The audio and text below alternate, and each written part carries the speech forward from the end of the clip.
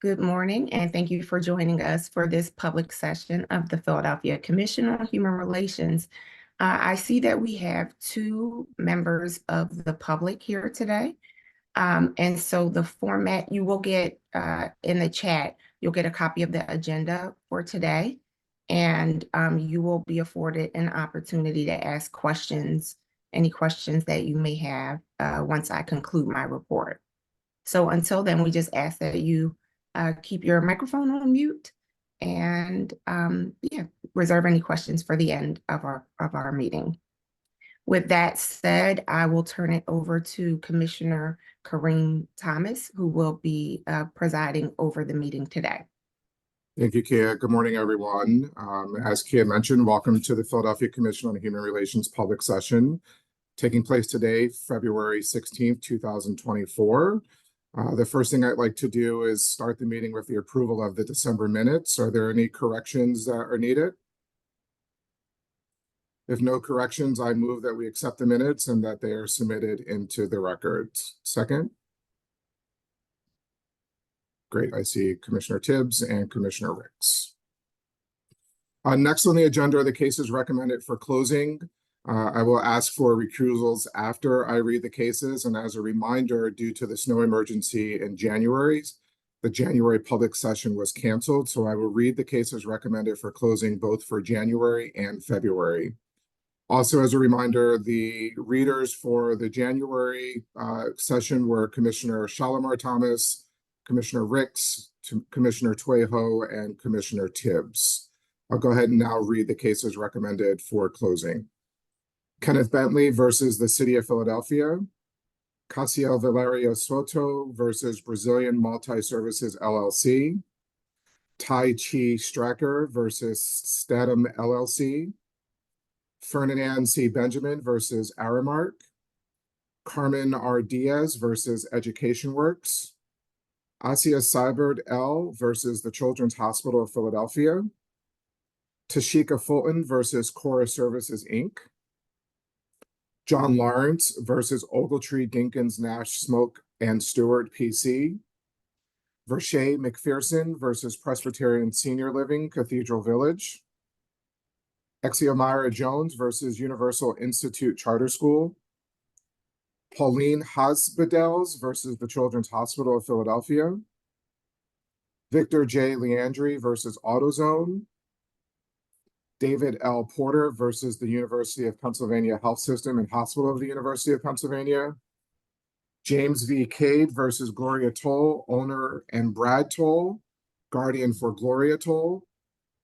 Kevin Green versus Ivan Brothers Produce. Stephen Carpanetta versus TGI Fridays.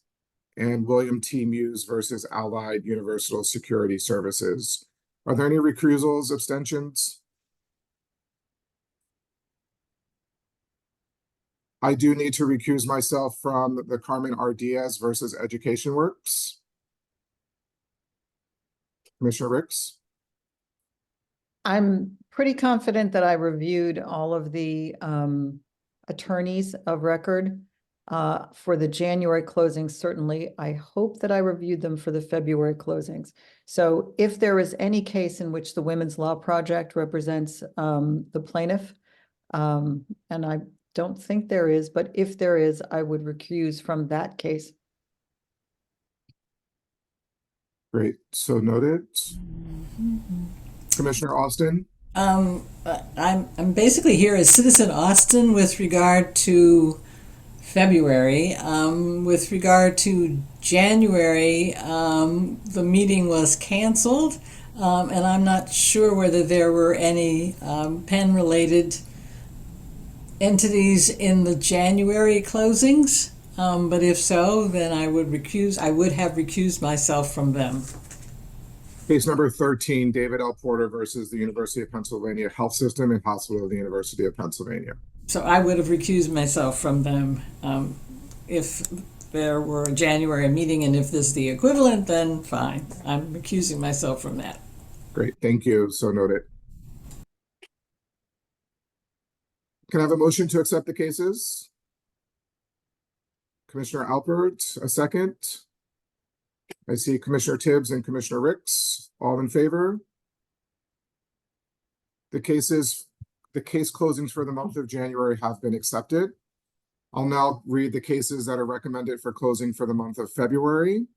As a reminder, the readers for the month of February were Commissioner Albert, Commissioner Loren, and myself, Commissioner Kareem Thomas.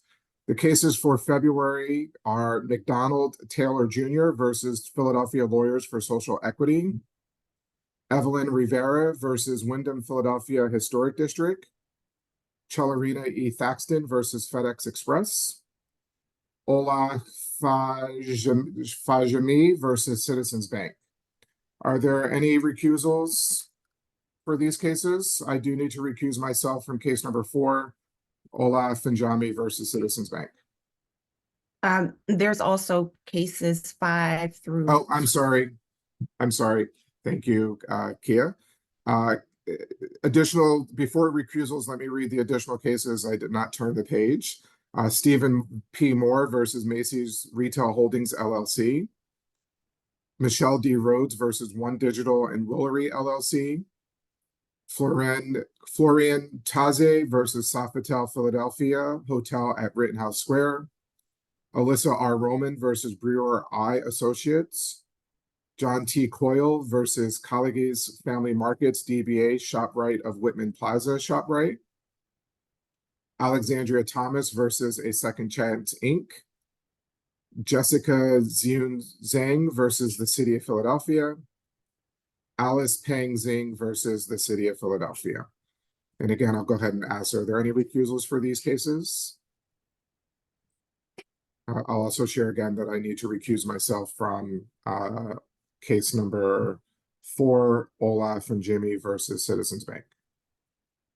And I'll add that as to the February closings, I think I reviewed it to ensure that am not voting on any Women's Law Project, on any case in which the Women's Law Project represents the plaintiffs. But to the extent I missed one, I want to recuse now.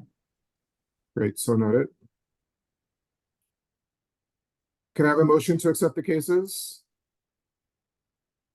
I see Commissioner Ricks and Commissioner Alpert. A second. Commissioner Tibbs, all in favor? Thank you. The cases for February have been accepted.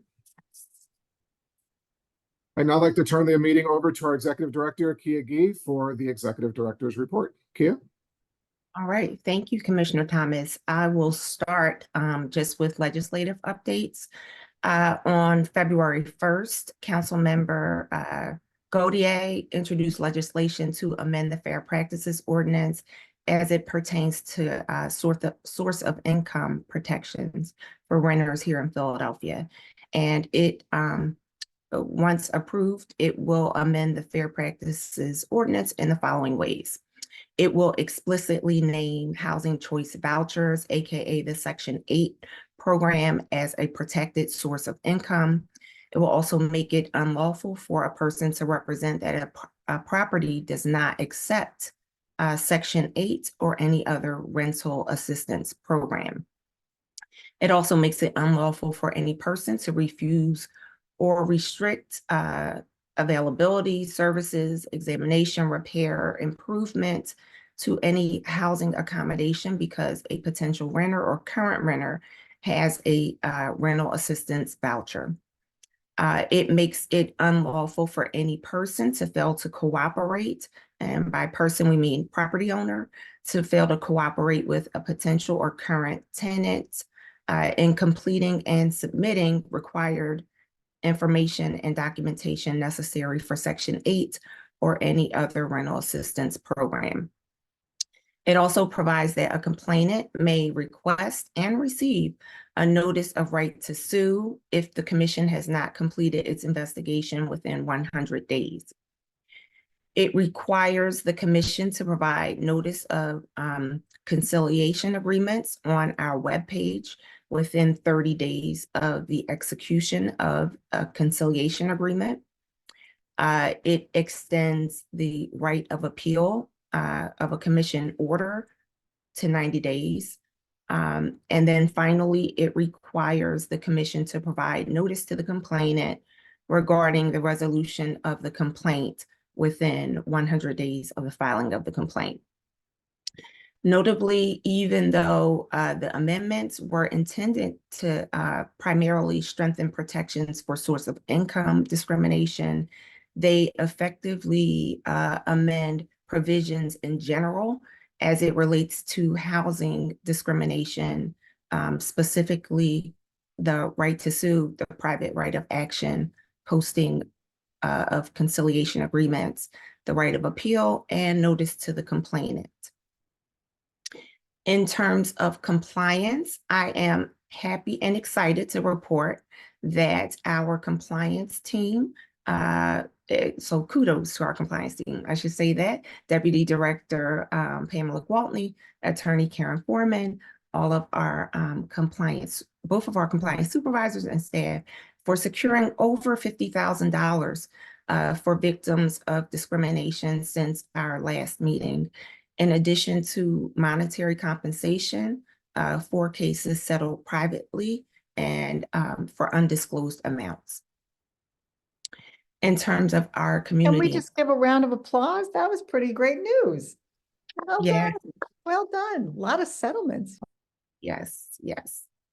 I'm just looking through my notes, so I apologize if I didn't see you. All right. In terms of community engagement, prevention, and education, HR Representative Carlos Avalos and Shanice Drinks conducted a conflict resolution 101 training for over 60 employees at Congreso de Latinos Unidos. HR Representative David Oliver is working with the Pennsylvania Parole Board to train parolees in conflict resolution and fair chance hiring ordinance. Deputy Director Randy Duque participated in an elder justice roundtable, which was convened by the U.S. Attorney's Office. He also was on site to monitor the Shut It Down for Palestine rally and march, which occurred on February 13th, and there were no major incidents reported during that rally. In terms of conflict responses, HR Representative Tiara Thompson is in contact with Mastery Charter School, particularly the Shoemaker campus, following a shooting incident that led to lockdown on their campus. HR Representative Boone Mott is also working with the DBH IDS, the city's DBH IDS, to ensure that students and families have access to trauma-related resources following a gun scare that led to a lockdown in a South Philadelphia school. And finally, Deputy Director Randy Duque assisted CARE Pennsylvania, who has been serving as an advocate for the Masjid al-Jamia, a West Philadelphia masjid that was vandalized. He has connected them with community resources and police personnel. Other noteworthy events for this reporting month, myself and Deputy Director Randy Duque met with the city's Office of Community Empowerment and Opportunity to discuss the city's efforts to advance water security as a right for Philadelphians. Yesterday, I also participated along with other leaders in the city in the Christopher James Perry and Carter G. Woodson Black History Luncheon. And then quickly, I will move on to upcoming events over the next few months. I will be working with the city's Office of Planning and Development as part of the Home Appraisal Bias Task Force to coordinate efforts to increase awareness, resources, and enforcement to housing appraisal discrimination. And I also requested additional funding in support of PCHR's housing appraisal discrimination enforcement. Over the next few months, we will be launching our Youth Ambassador Program. The Youth Ambassador Program will empower high school leaders to know their rights and teach participants the skills needed to recognize and resist the pressures that lead to violence. Through a multi-pronged approach, students will share their ideas, interests, and concerns. And we anticipate that they will be ready to be ambassadors in school-wide activities, including social events and in their communities. We will also be launching our Hate and Bias Student Art Contest within the next few months. And the goal of that contest is to increase engagement around the importance of embracing diversity, fostering inclusion, bolstering the message that there is no place for hate here in Philadelphia. With that said, I am going to share some of the hate and bias incidents that we received for the month of January. In January, we had 11 confirmed incidents of hate reported to us. The incidents centered largely on race, ethnicity, religion, disability, and anti-LGBTQ sentiment. We had, I'll start with religion and ethnicity. There was an employee at an apartment building who was seen displaying Nazi rally videos and painting a swastika on the back fence of a property. There was also an incident involving a swastika that was carved into the garage door of a home in South Philadelphia. We received another vandalism incident where a 2-foot swastika was spray painted on the Holocaust memorial in the middle of the night by a masked person. There was also an incident where flyers were posted along the Schuylkill River Trail in support of Israeli hostages in Gaza that were all vandalized. There were also anti-Semitic and anti-gay. There was also anti-Semitic and anti-gay graffiti found in a building in Southwest Philadelphia. We also had an incident reported to us wherein a guest in a hotel vandalized their room in a South Philadelphia hotel and verbally accosted the manager, who was South Asian, stating that they hate Asians after being told that they could no longer extend their hotel stay. Another incident where an Uber driver was actually spit on by a passenger who shouted that he could tell that the driver was Arab. And then we had an incident reported where a Latina woman received several threatening phone calls and was called the N-word by someone that was known to her. In terms of anti-LGBTQ sentiment, there was a student in a North Philadelphia high school who was physically assaulted and called anti-LGBTQ slurs by a group of unidentified students after asking them to move from blocking the stairway that he was trying to exit. There was also a neighbor who harassed a family yelling derogatory anti-trans slurs. And then finally, there was a report of a disability-related hate incident where graffiti using a derogatory term for people with special needs was found on the building of an organization that serves people with special needs. So that concludes our the hate incidents that we received since January. The final announcement that I wanted to share is that our long-term commissioner, Commissioner Regina Alston, is announced her retirement in January 31st of 2024. So it is with sadness and reverence that we thank her for her gratitude to the commission She has been with us since June 26, 2008. So that is quite a significant period of time. Throughout her work, she has had significant impacts on the work of the commission. So it is imperative that we give her her flowers that she so rightfully deserves.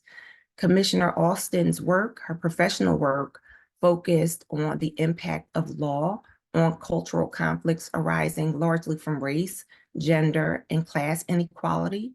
And as most often revealed by the critical analysis of ethnographies and law genre documentary films. She was the director of Penn's program on documentaries and the law, which hosts screenings of law genre documentaries, maintains a national archive of clemency videos as a resource for capital defense attorneys, and produces sentencing mitigation in cooperation with the Defender Association of Philadelphia. Her work with the commission has been wide-ranging. She worked on several notable projects, including the 2010, in 2010 rather, when she worked on the Widening the Circle of Our Concern report, which was a report that examined public perceptions of the school district of Philadelphia in response to intergroup conflict following an attack on attack and boycott by 26 Asian immigrant students at a South Philadelphia high school. In 2016, she was a part of the public hearing and report released on racism in the neighborhood and the LGBTQ community here in Philadelphia. In 2018, she worked with the commission on the Starbucks report, which included PCHR's insights and recommendations following a racially motivated ejectment of patrons at Starbucks. And just this last year, she was instrumental in spearheading a research project that the commission did related to racial disparities that exist in Philadelphia pertaining to pedestrian injuries and deaths. We anticipate that this report will be released in 2024.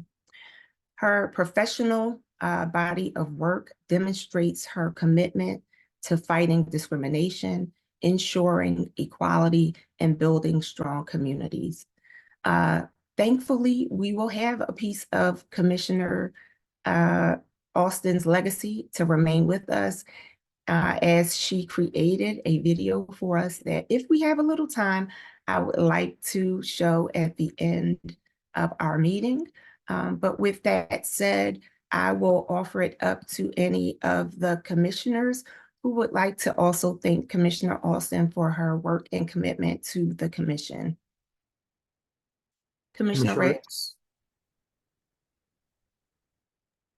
Yeah, I want to thank, can I call her Regina? I would really like to thank you for modeling for me. I joined after you. I joined in December and you had been a commissioner since June. And I want to thank you for modeling for me how to be a commissioner, you brought such a level of scrutiny and attention and care and attention to detail, but also care about the mission of the commission to every document, everything we were asked to review. And I just appreciate having that role model of somebody who takes your public responsibility so seriously and just brings all of the professionalism that you brought to your career as a University of Pennsylvania law professor. You brought that to the commission. One huge project also that Regina undertook that I think all the other lawyers on the commission were really relieved that you basically did solo was Regina wrote the regulations. There were a lot of them, and at least took the laboring war on that. And so I just want to thank you very much. You've been a real role model, and I appreciate all of your work. And I appreciate you teaching me how to be a commissioner and to bring that seriousness of purpose that you also bring. Commissioner Alpert. Regina. We started together in June of 2008, and unlike Sarah, I am not a lawyer, so I marveled always at the kind of attention to detail I mean, I just learned so much about the law. I felt from both of you actually that I was being taught by law professors how to handle the legal aspect of our work, and I was always in awe and appreciated. But I also appreciated the documentary side. As a documentary, as an expert in filmmaking, I learned angles. I saw angles of things that I never would have seen or appreciated.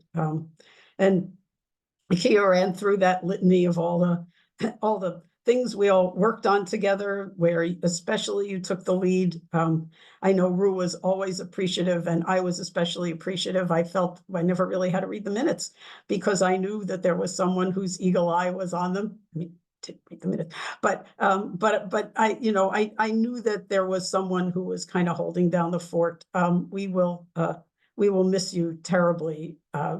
Your wit and your wisdom, and I hope I loved working with you on the pedestrian safety, and you're going to come back, right, and work with us a little bit more on that. So okay, then I don't have to really say goodbye.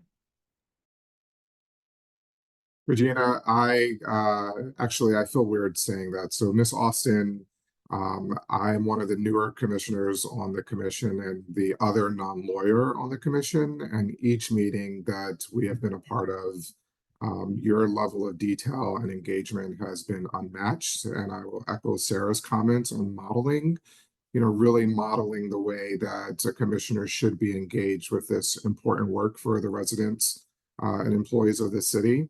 So I thank you for allowing me to watch you. If I ever went to law school, I jokingly say I do play a lawyer on TV. I want to play the lawyer that you are every single day. And so I wish you the best in your next journey, and really thank you for your time and commitment to the commission and the residents of Philadelphia. Commissioner Tibbs? Hi, Regina.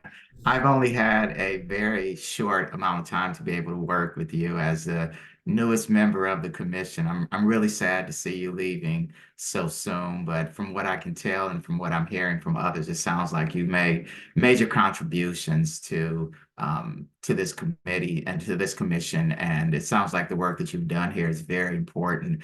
I do want to say to you, though, because I never got a chance to really say it in my introduction, I have long been an incredible fan of your work in critical race theory. It's part of the reason that I got into that side of scholarship as far as law is concerned.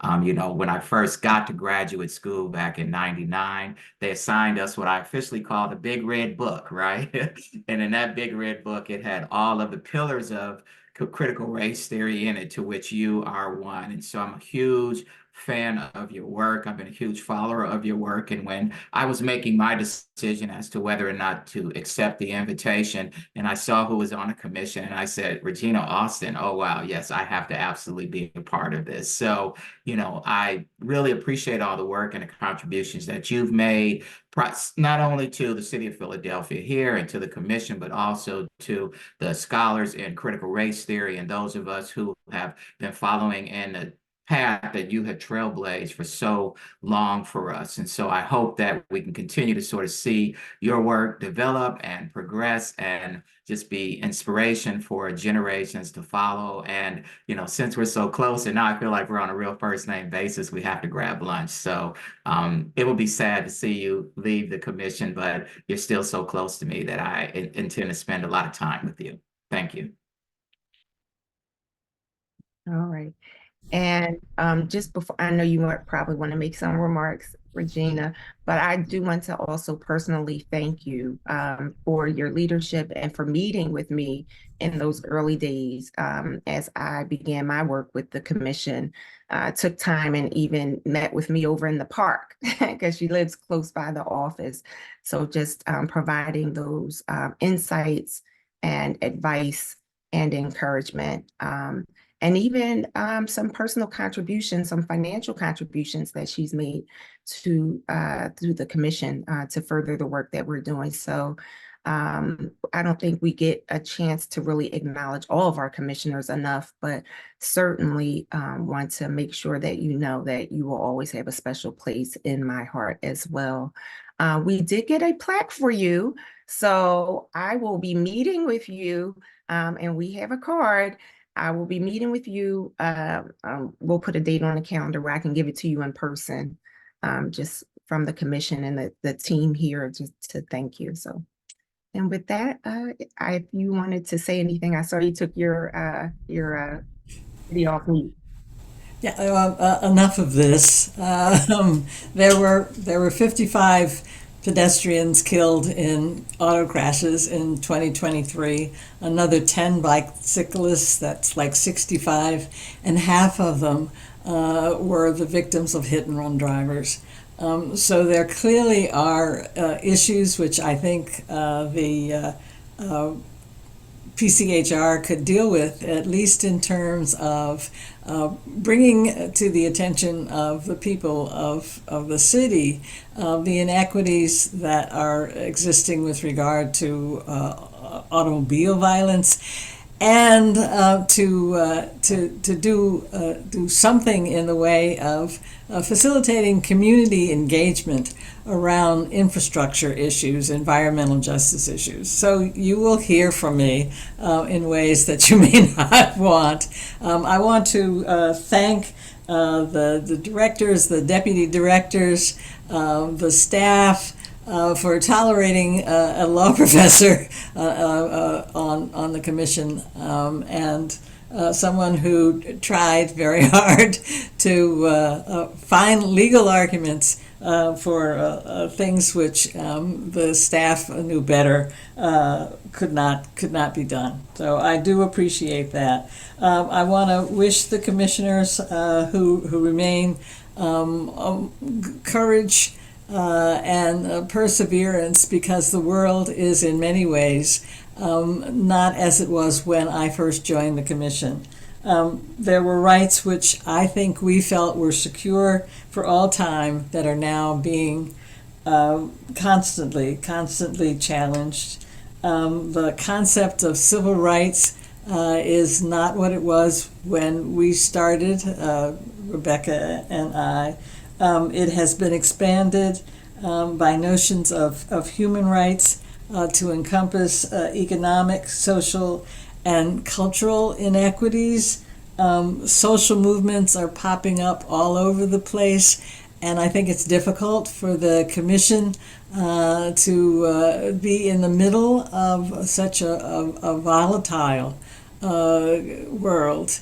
And so I think your job is going to be harder than it was when I started on the commission. And as I said, I wish you courage and stamina in going forward, but I have confidence that you'll hold the fort, particularly with regard to the traditional notion of civil rights, and find ways to extend your influence, if in no way other than education, to help the advancement of human rights and social justice. So with that, I'm signing off.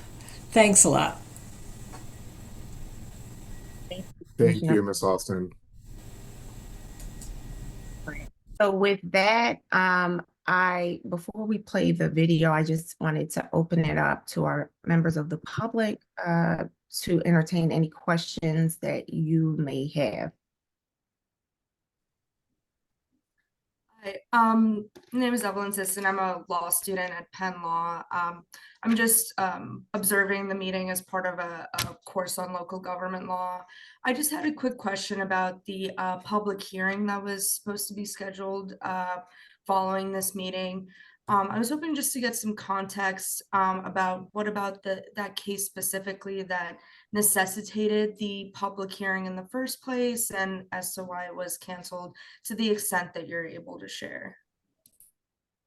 For that, I will turn it over to our Deputy Director for Compliance, Pamela Gwaltney, who will be able to give you a little bit more context to the extent that we can with public information. Good morning, and thank you for joining us. It's a pleasure having you and having you show your interest in the work that we do. Unfortunately, because of a scheduling issue, we had to change the time of the hearing from 11 to 1, which is 2 hours, which we identified as the time slot, to 2 to 4 because one of our panelists was unavailable.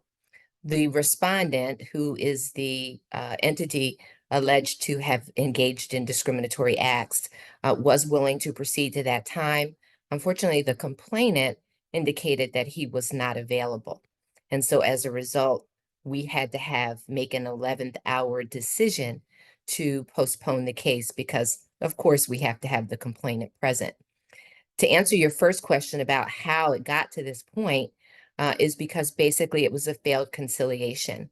After the investigation, a finding of probable cause, in other words, more likely than not, what happened based on discrimination of some sort.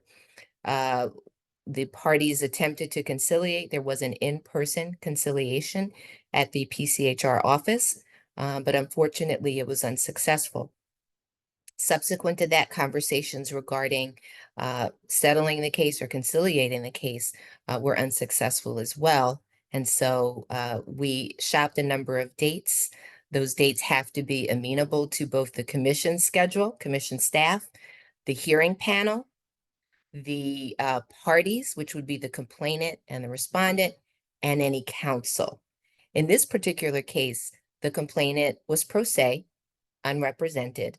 And so the respondent is the only party that was represented. So all of those availability and schedules have to converge in order for us to proceed to a public hearing. And unfortunately, as I mentioned at the top of the explanation, the complainant was unavailable for a later hearing today. But we will be rescheduling, and we'll be reaching out to the parties in 7 to 10 days for their availability.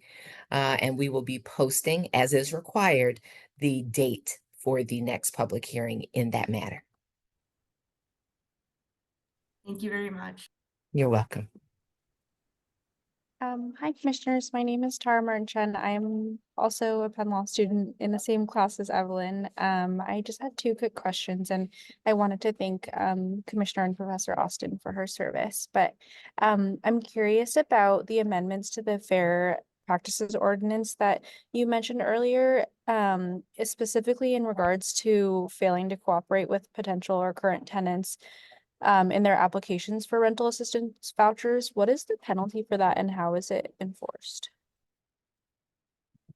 So if that becomes part of the law that amended, that proposed amendment, then there will be an investigation. Once the investigation is complete, we'll determine if the evidence supports a finding that the property owner or landlord did in fact violate the Fair Practices Ordinance.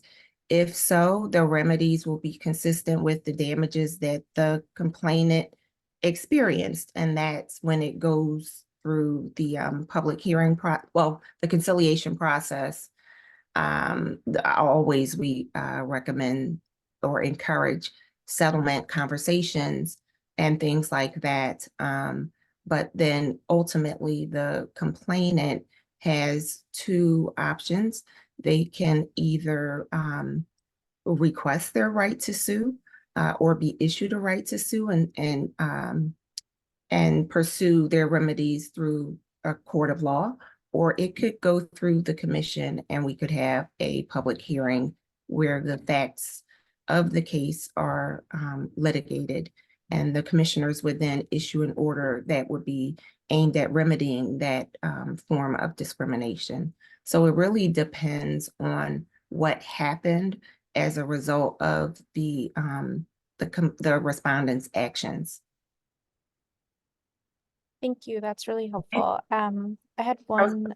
Oh, sorry. No, I was just going to say one of the biggest problems, though, is that there's an underreporting right now regarding source of income discrimination. So over the last year or so, City Council has been really focused on making sure that the language in our ordinance is more narrow so that people are really clear about what their rights are. So that was really like the primary goal of that amendment. That makes sense. Thank you. I have one follow-up question, which is sort of related to the unreporting thing that you mentioned. Do you happen to know how many landlords have been investigated under the new Renters Access Act law and how many fines that has generated? Because my sense is that a lot of people don't know about their rights under the Renters Access Act and that it's not really like it's not able to be enforced because people aren't filing any. We could certainly pull the data. We could certainly pull the data for you if you want to email us at the end of the meeting. We can get that information for you. In terms of outreach, we recently in October of 2023 hired a communications director whose role is to basically sort of perfect our messaging, our public outreach campaign. And so all of the newer laws that we enforce are those that we are targeting to make sure that folks are aware of them. But in addition to that, we do generally go out to community events, community fairs. We post on social media. Over the next few months, we'll be doing some, what do you call it? In bill advertisement leaflets will be put inside the water bills to communicate about what the scope of our protections are and how folks can file complaints if they need to. So we're really thinking outside the box now as it relates to public outreach. So you'll be hearing more about it. I think though, even with a comprehensive marketing strategy, certainly there is no way to absolutely ensure that every Philadelphian knows about the laws that we enforce, but we definitely try to make sure that we have it on a micro level and a macro level. Thank you so much. You're welcome, Commissioner Ricks. Yeah, I just wanted to ask Evelyn and Tara, I know Penn Law School has two different local government classes. I think Professor Pritchett teaches one and Professor Fader teaches the other. And I was just curious which class you're in. We're in Professor Pritchett's class. Professor Pritchett's class, okay. I had a drink with him the other night and he was telling me how much he loved that class, how much fun he was having with it. So that's great. He's a fantastic teacher, but you already knew that. He's also a fantastic board member here at Reinvestment Fund, and we are excited to have him. Kia, before we do the video, how many minutes is the video, do you know? Roughly? You're on mute. You're on mute. Sorry about that. It's a 12-minute video, but we can actually make it more concise if necessary.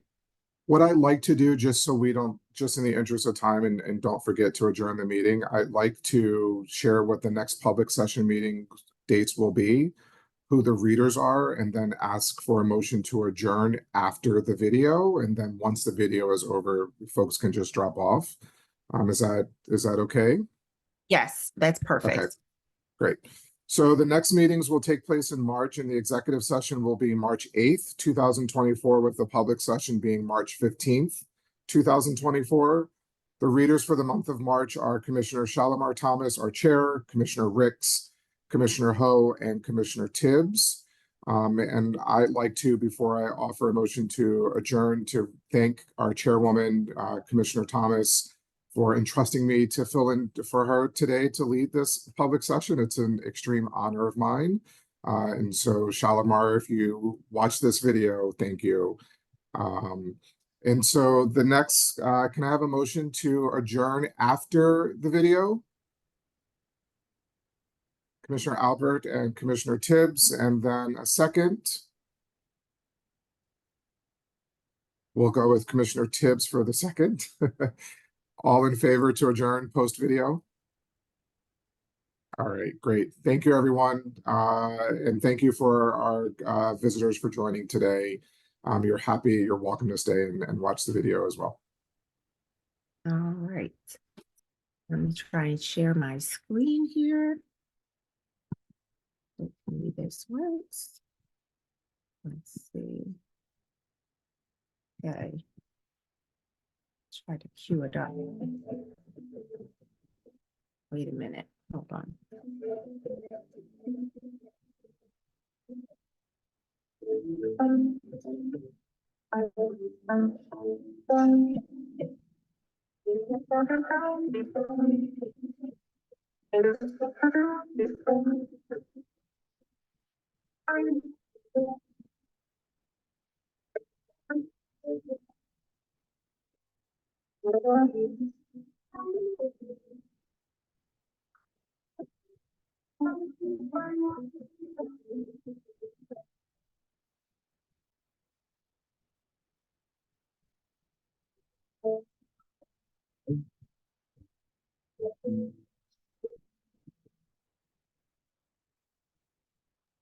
Yeah, is there audio? Oh, yeah, you can't hear it? I can't hear the audio, no, but maybe that's just me. Oh, wait a minute. Hold No, on. I hear something, but it's not, it's just funny music. Oh, no, is it that? You hear like jazz? No, nothing. Did you, when you set it up, did you click audio? You I have to, I did, but it may be giving me some problems, may not be cooperating. What I will do is I will put uh a link. I will send a link to the video so that everyone can watch it at their leisure. It is a very well done video which captures some of the commission's earliest work from its inception in 1951 all the way through the 60th anniversary. And so you just look at that video and know why our commission was so necessary, and the lives and impact that it's had on Philadelphia's social justice landscape. So with that said, we can hear jazz music. Oh, okay. Well, I don't think everyone could see it or hear it. So Tara and where's the other student? I don't see her. Oh, Evelyn. Yes. I will make sure that I get a link to it to you all. And I will make sure that I send it out to everyone because I want to make sure that we do the video justice. So, all right. With All that right. said, then we will actually conclude our meeting. And I want to thank you again for our public members for joining us. Thank you, commissioners, again for your time and commitment. Much appreciated. Have a great weekend. Thank you, everyone. Have a good weekend. All right, take care.